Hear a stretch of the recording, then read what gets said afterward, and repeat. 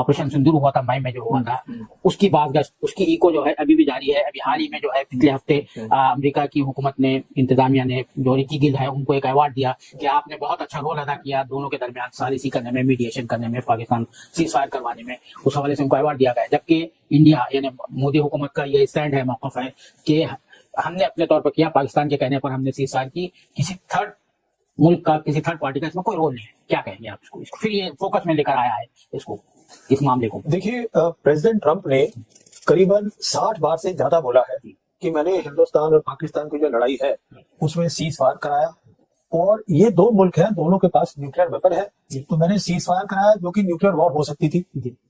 अच्छा, उसके कुछ सबूत भी हैं। मिसाल के तौर पे 8 मई को एक प्रेस रिलीज आई है, इंडियन एम्बेसी जो हमारी अमेरिका में है, वॉशिंगटन में, उन्होंने रिलीज करी है, जिसमें कहा गया है कि जो हमारे नेशनल सिक्योरिटी एडवाइजर है अजीत डोवल, उन्होंने इमीडिएटली कांटेक्ट किया था मार्को रूबियो को। मार्को रूबियो ट्रंप एडमिनिस्ट्रेशन में सेक्रेटरी ऑफ स्टेट भी है और नेशनल सिक्योरिटी एडवाइजर भी है, तो उनसे बात करी थी। तो आप बातचीत क्या करेंगे? आप यही तो करेंगे ना कि हाँ ये मसला हो गया इसका, उसको आप ब्यौरा दे रहे हैं। अच्छा, उसके बाद देखिए 10 मई को सबसे पहले सोशल मीडिया पे अपने उस प्रेसिडेंट ट्रंप ने लिखा, मैंने आपको अपनी वीडियोस में बताया है कि नए साल आते रहेंगे और भारतीय जलील होते रहेंगे। हम पाकिस्तानी तो भारतीयों को जलील करते रहते हैं, अब दुनिया भी कर रही है, लेकिन असल मजा तब आता है जब भारत के अंदर बैठा हुआ उनका दिफाई तजज़िया-निगार अपने ही मुल्क को 2025 की उस जंग को लेकर जलील करे जिस पर वो जश्न भी मनाते रहे। तो सुनते हैं प्रवीण साहनी की जुबानी किस तरह 2025 में बुरे तरीके से रगड़ा है हमने भारतीयों को और उसके आफ्टर इफेक्ट्स क्या हैं। अब इस वीडियो का टाइटल भी ऑपरेशन सिंदूर आफ्टर मैथ है, यानी 2026 में प्रवीण साहनी एक इंटरव्यू में बता रहे हैं कि हमें पाकिस्तान ने ऐसे ऐसे रगड़ा है और उसके बेनिफिट्स पाकिस्तान को क्या हुए हैं और भारत को उसके नुकसान क्या हुए हैं। वो सुनते हैं और एंजॉय करते हैं कि फुल और इमीडिएट सीज फायर के लिए हिंदुस्तान और पाकिस्तान तैयार हो गए हैं। पहले उनकी आई, और फिर उसी दिन शाम को 5 बजे हमारे जो फॉरेन सेक्रेटरी थे उन्होंने कहा कि हाँ हम दोनों की सीज फायर तय हो गई है। कहने का मतलब यह है उनको 10 तारीख सुबह सुबह कैसे पता चल गया? तो बात यह है कि जो ये रिकी गिल है, ये अब पता चल रहा है कि ये उनकी नेशनल सिक्योरिटी काउंसिल होती है जो national security adviser Marco Rubio के अंदर काम करती है, तो ये वहां पर उनकी एक इंपॉर्टेंट पोजीशन है। तो ये लगे हुए थे on behalf of the national security adviser, ये हिंदुस्तान से भी बात कर रहे थे, पाकिस्तान से भी बात कर रहे थे कि जल्दी से जल्दी सीज फायर हो जाए। तो उसके तहत जो इन्होंने काम किया है, तो अमेरिकन हुकूमत ने और इनके जो बॉस है मार्को रूबियो, उन्होंने इनको एक अवार्ड दिया है। तो देखिए ये बातें तो तय है कि हुआ है, नहीं तो क्या मतलब था 8 मई को जो हमारे डोवल साहब है उनको बात करने की जरूरत ही क्या थी?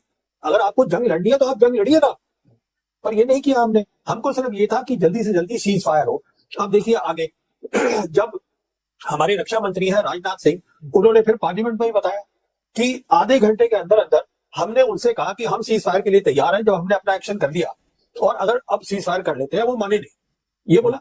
उसके बाद आप देखिए कड़ी बनती है ना, ये पूरा चेन ऑफ इवेंट्स है। पहले हमने कोशिश की, उन्होंने मना कर दिया, 8 तारीख को फिर डोवल ने बात करी, और फाइनली जो है रिकी गिल की मदद से ऐसा लग रहा है कि ट्रंप ने डिक्लेयर किया कि सीज फायर होगी। तो ये तो बात है, अब हम मानने को तैयार नहीं है। तो इसके पीछे क्या रीजनिंग क्या है? रीजन तो बहुत सिंपल है, हम ये चाहते नहीं है कि हमारे प्रधानमंत्री की जो एक इमेज है कि वो, हाँ, कि वो ऐसे हैं कि मतलब वो लड़ाई लड़ सकते हैं और वो कुछ भी कर सकते हैं। मिसाल के तौर पे उन्हीं की हुकूमत में जब से हिंदुस्तान आजाद हुआ है, ये पहली बार है कि जो हमारी 2 मिलिट्री लाइंस है, एक पाकिस्तान के साथ एक चीन के साथ, दोनों में ही काम हो रहा है। मतलब वो जंग का काम चल रहा है, क्राइसिस है, वहां प्रॉब्लम है। ये पहले कभी हुआ ही नहीं। और हमारा ये कहना है सरकार का कि जो लोग अब मानने भी लगे हैं कि ये हमारे प्रधानमंत्री मोदी है, उनके कारण ही हम जो है इतने तगड़े बने हैं नेशनल सिक्योरिटी में, तो उनकी इमेज के ऊपर असर पड़ेगा। तो हम चाहते नहीं है कि उसमें बड़े असर पड़े कि वो एक बहुत ही शक्तिशाली लीडर है, तो इसलिए ये हुआ है। तो ये शुतुरमुर्ग वाला रवैया है। और जो भी है, कोई भी उसको बोल दीजिए, नाम दे दीजिए, तो देखिए सच्चाई जो है वो कभी ना कभी तो सामने आई जाती है। अच्छा, इससे पहले इसका भी कोई जवाब नहीं दिया गया। जी बोलिए। इससे पहले इसका भी कोई जवाब नहीं आया हमारे हुकूमत की तरफ से। जी, उससे कबल जो है चाइनीज, जो यूएस चाइनीज डिफेंस कमीशन है, उसकी रिपोर्ट आई, उसमें बिल्कुल जो है कैटेगोरिकली कहा गया है कि पाकिस्तान मिलिट्री सक्सेस और इंडिया, ये वर्डिंग इस्तेमाल की गई, उसको भी कंट्राडिक्ट नहीं किया गया है। तो ये जो है इस पर क्या कहेंगे आप? ये जो कह रहे हैं बिल्कुल साफ साफ वाज़ेह अल्फाज में कहा, और उसमें रफाल गिरानी की भी बात कही गई है, रिपोर्ट जो कमीशन की रिपोर्ट आई है। देखिए बात कमीशन की रिपोर्ट की नहीं है, जो उनके प्रधानमंत्री हैं शहबाज शरीफ जी, उन्होंने यूनाइटेड नेशंस में अपनी स्पीच में बोला था कि हमने साथ जेट जो है हिंदुस्तान के गिराए हैं। अक्सर क्या होता है जब पाकिस्तान कुछ बोलता है या हिंदुस्तान के नुमाइंदे कुछ बोलते हैं, मैं तो प्रधानमंत्री की बात ही नहीं कर रहा हूँ, कोई भी नुमाइंदा बोलता है, जब दूसरे की बारी आती है तो उसका जवाब दे देता है। वहीं पे यहाँ पे हम चुपचाप बैठ गए, हमने कुछ भी नहीं बोला। अब बहुत लोगों का ये भी कहना है, जो कि हुआ है, कि हमने उनकी जो एयरफील्ड है उन पर तबाही करी है। देखिए, एक फर्क ये होता है, जब आप एयरफील्ड पर तबाही करते हैं तो इसमें क्या होता है, आपने मिसाइल खरीदी, उसमें ट्रेनिंग करी, इसमें छोटा वक्त लगता है। मान लीजिए 1 महीने की ट्रेनिंग में, 1.5 महीने की ट्रेनिंग में आप हो गए। जब एयर की लड़ाई होती है पायलट को ट्रेन करने के लिए, और अब एयरबॉट जो उन्होंने दिखाई वो बहुत ही ज्यादा सोफिस्टिकेटेड थी, उसमें सालों साल की मेहनत लगती है, प्रिसीजन लगता है। तो एयर वॉर बहुत इंपॉर्टेंट चीज होती है, मैन्ड एयर वॉर। तो एक खास कारण ये था, क्यों अमेरिका ने ये लिखा है अपनी रिपोर्ट में, जिसका आप हवाला दे रहे हैं यूएस कांग्रेस को, कि उनके पाकिस्तान एयरफोर्स ने अपनी जो एयर वॉर थी, जो कि 6 और 7 की रात को हुई है, उसमें उन्होंने अच्छा अकाउंट अपना दिखाया है, उन्होंने नतीजा दिखाया है, जो कि उनके प्रधानमंत्री ने यूनाइटेड नेशन में बोला है। या तो हम उसको बोलते कि ये झूठ बोल रहे हैं, हमने नहीं किया। तो देखिए, ये सब बातें देखी जाती है ना, इनकी अहमियत होती है। अच्छा, ये जो है आप बार बार अपनी जो है एनालिसिस में इस बात को रेस करते हैं कि इसके नतीजे में एक क्लैरिटी आ गई है, पाकिस्तान का प्रोफाइल जो है, ये बहुत इंपॉर्टेंट पॉइंट है कि पाकिस्तान का प्रोफाइल बढ़ा है। ये प्रोफाइल बढ़ने वाली बात वैसे प्रवीण साहनी ने पहले भी कई बार की है, लेकिन अगर ओवरऑल देखा जाए पाकिस्तान की फॉरेन पॉलिसी को, सिर्फ हम फॉरेन पॉलिसी को देखते हैं, छोड़िए पाकिस्तान ने किसके साथ अपने डिफेंस इक्विपमेंट के मुआहदे किए, डिफेंस पैक्ट्स किए, डील्स किए वगैरह वगैरह, सिर्फ पाकिस्तान की डिप्लोमेटिकली कितनी जीत हुई है वो अगर आप देखें, उस पर नजर दौड़ाएं, अमेरिका से लेकर रशिया, चाइना, ये 3 बड़ी ताकतें हैं। इसके अलावा यूरोप हो गया, इसके अलावा वस्ती एशिया के जितने ममालिक हो गए, इन सब में कितनी बड़ी पाकिस्तान की जीत नजर आई है डिप्लोमेटिकली। जहां जहां पाकिस्तान जाता रहा, ऐसे नज़ारे हम पहली बार देखते रहे कि ऐसे इस्तकबाल हो रहा है पाकिस्तान के प्राइम मिनिस्टर का, फील्ड मार्शल का, या पाकिस्तान के कोई भी डिप्लोमेटिक पर्सनैलिटीज वहां पर जाती हैं। तो किस तरह पाकिस्तान का प्रोफाइल सिर्फ ऑपरेशन सिंदूर के बाद बढ़ा है। क्यों बढ़ा है? सीधी सी बात है, दुनिया जो है वो ताकतवर के साथ खड़ी होती है। इस वक्त आपको अमेरिका के अगेंस्ट जाता कोई मुल्क नजर नहीं आएगा, जो जाएगा वो अपना बुरा हाल करवाएगा। ये फैक्ट है, बेशक हम इसे डिनाई करने की कोशिश करें, लेकिन दुनिया ताकतवर के साथ है। अब दुनिया को ये पता लग गया है कि असल ताकत साउथ एशिया में कौन है, वो है पाकिस्तान, बिसाइड चाइना। चाइना को तो दुनिया ताकत मानती है, लेकिन उसके पैरेलल खड़ा किया जा रहा था इंडिया को कि इंडिया काउंटर करेगा चाइना को। अब दुनिया ने देखा कि पाकिस्तान खड़ा होता है, चपेड़े मार के लाल कर देता है भारत को, और हम चाइना के मुकाबले में इसे मदद कर रहे हैं। तो अब पाकिस्तान की प्रोफाइल एक ताकतवर नेशन के तौर पर बढ़ती नजर आई है, और इसी का जिक्र प्रवीण साहनी ने भी किया। तो सुनते हैं वो मजीद क्या कहते हैं।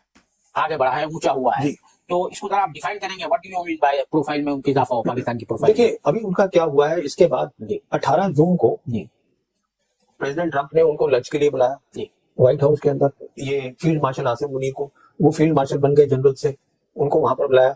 अच्छा, उसमें उनसे सलाह ली होगी ईरान के बारे में। अभी मिडिल ईस्ट में बहुत प्रॉब्लम चल रही है, वहां मिडिल ईस्ट के अंदर फिर हमें पता चला कि सऊदीज ने अगस्त के महीने में उनके साथ एक डिफेंस एग्रीमेंट भी कर लिया, बट ये पाकिस्तान के साथ कर लिया। अच्छा, टर्की वैसे ही पाकिस्तान के बहुत करीबी है। अच्छा, उसके बाद जो जीसीसी कंट्रीज हैं, 5 और हैं, अब वो भी इसमें अब रिपोर्ट्स आ रही है, वो भी चाहते हैं कि कुछ हम पाकिस्तान के साथ करें। क्यों करें? इसलिए कि पाकिस्तान की मिलिट्री ने उन लोगों की समझ में ये साबित कर दिया है कि हम हिंदुस्तान की मिलिट्री से कम नहीं है, हम उनके बराबर ही है। तो ये एक बहुत बड़ी बात हो गई, और इसलिए अब हम देख रहे हैं जो उनके राजदूत आ रहे हैं अमेरिका के इंडिया में, जो अब जनवरी के महीने में आएंगे, सर्गियो गौर, वो अमेरिकन राजदूत भी होंगे हिंदुस्तान में। उसके साथ साथ उनको प्रेसिडेंट ट्रंप ने 2 और रोल दे दिए हैं कि आप स्पेशल रिप्रेजेंटेटिव होंगे साउथ एशिया में और सेंट्रल एशियन रिपब्लिक में। उसका क्या मतलब है? इसका मतलब ये है कि वहां पाकिस्तान का जो रोल है, देखिए आज की डेट में सेंट्रल एशिया में भी जा रहा है, वेस्ट एशिया में भी जा रहा है, साउथ एशिया में भी है, और चीन उनके पीछे खड़ा है। चीन ने खुलेआम बोला था जब ये इंडस वाटर ट्रीटी की बात हुई कि आप पानी को अगर रोकेंगे तो हम ऊपर बैठे हैं, हम भी कुछ करेंगे। उनके विक्टर गांव है जो उनके कमेंटेटर हैं, जो तो कहने का मतलब ये है कि आज अगर आप यूरेशिया देखिए, जिसको हम यूरेशिया बोलते हैं, जो हार्ट ऑफ यूरेशिया है, जो एकदम बीचों बीच यूरेशिया का है, तो वो ये एरिया है, West Asia, Central Asia, South Asia. तो इसमें एक तरीके से जो उनकी जियोपॉलिटिकल प्रोफाइल है पाकिस्तान की, इस 4 दिन के ऑपरेशन के बाद इतनी ज्यादा बढ़ गई है कि अब उनको अब देखिए, ये लीबिया उनसे बातचीत चल रही है, $4 बिलियन के JF-17 खरीदने की बात चल रही है। तो उनसे फिर वो ट्रेनिंग भी करेंगे। ट्रेनिंग में वो सऊदीज को करा ही रहे हैं, पहले भी करा रहे थे, अब करा रहे हैं। सऊदी से और पैसा आएगा। प्रेसिडेंट ट्रंप भी उनसे बहुत खुश है। पाकिस्तान से। अब प्रेसिडेंट ट्रंप ने उनको वो F-16 के जो सपोर्ट सिस्टम है वो सब देने की बात कर दी है। ये सब कुछ इसलिए हो पाया है क्योंकि ऑपरेशन सिंदूर में जहां तक दुनिया का ताल्लुक है, उनका ये कंक्लूजन है कि पाकिस्तान ने ऐसा काम किया है जिसकी दुनिया को उम्मीद नहीं थी। ये बात है। वो जेल से जीन्स डिफेंस वीकली में भी आया है रफाल तैयारी के बारे में, उस पर भी एक रिपोर्ट आई है अभी ताजा, जो है पिछले जिससे पहले के इश्यूज में रफाल के बारे में आई है। तो इसमें कहाँ तक सच्चाई है? रफाल तैयारी गिराए गए, जो जेट जो गिराए। ये सच्चाई तो ये देखिए ना कि हमारे जो चीफ ऑफ डिफेंस स्टाफ है, उन्होंने सिंगापुर में कहा था कि कुछ गिरे हैं। जो यहाँ पर ब्रीफिंग दिया करते थे जब ऑपरेशन सिंदूर चल रहा था, तो लेफ्टिनेंट जनरल राजीव गए थे, उन्होंने भी कहा कि हाँ, नुकसान दूसरी तरफ होते हैं, दोनों तरफ होते हैं। तो नुकसान तो होते हैं, हवाई जहाज गिरे भी हैं, पर हम अभी बता नहीं रहे हैं कि कितने गिरे हैं, और उनसे पूछा भी नहीं जा रहा है। ना तो अपोजिशन पार्टीज यहाँ पूछ रही है, कोई दबाव डाल रही है सरकार के ऊपर, और जो गोदी मीडिया है उसका नाम ही गोदी मीडिया है, इसीलिए। तो देख लिया आपने, तारीफ वो जो दुश्मन भी करे, कि दुनिया को ये उम्मीद नहीं थी कि पाकिस्तान ऐसा कर पाएगा जो पाकिस्तान ने किया। मिसाल है दुनिया के लिए। ये कह रहे हैं प्रवीण साने, कोई पाकिस्तानी एनालिस्ट नहीं है, भारत का जाना पहचाना नाम जिसे दुनिया क्रेडिबल समझती है। ये कोई गोदी मीडिया भी नहीं है जो सिर्फ नरेंद्र मोदी की लाइन हिटो करे। तो देख लिया आपने कि किस तरह पाकिस्तान का ऑपरेशन सिंदूर के बाद प्रोफाइल भी अपडेट हुआ और भारत का डाउन भी हुआ। This is called the aftermath of operation Sindoor. Thank you Shri Narendra Modi ji. Comment section में अपनी राय का इज़हार ज़रूर कीजिएगा। चैनल को सब्सक्राइब नहीं किया तो ऐसे वीडियोस के लिए उसे भी ज़रूर सब्सक्राइब कीजिएगा।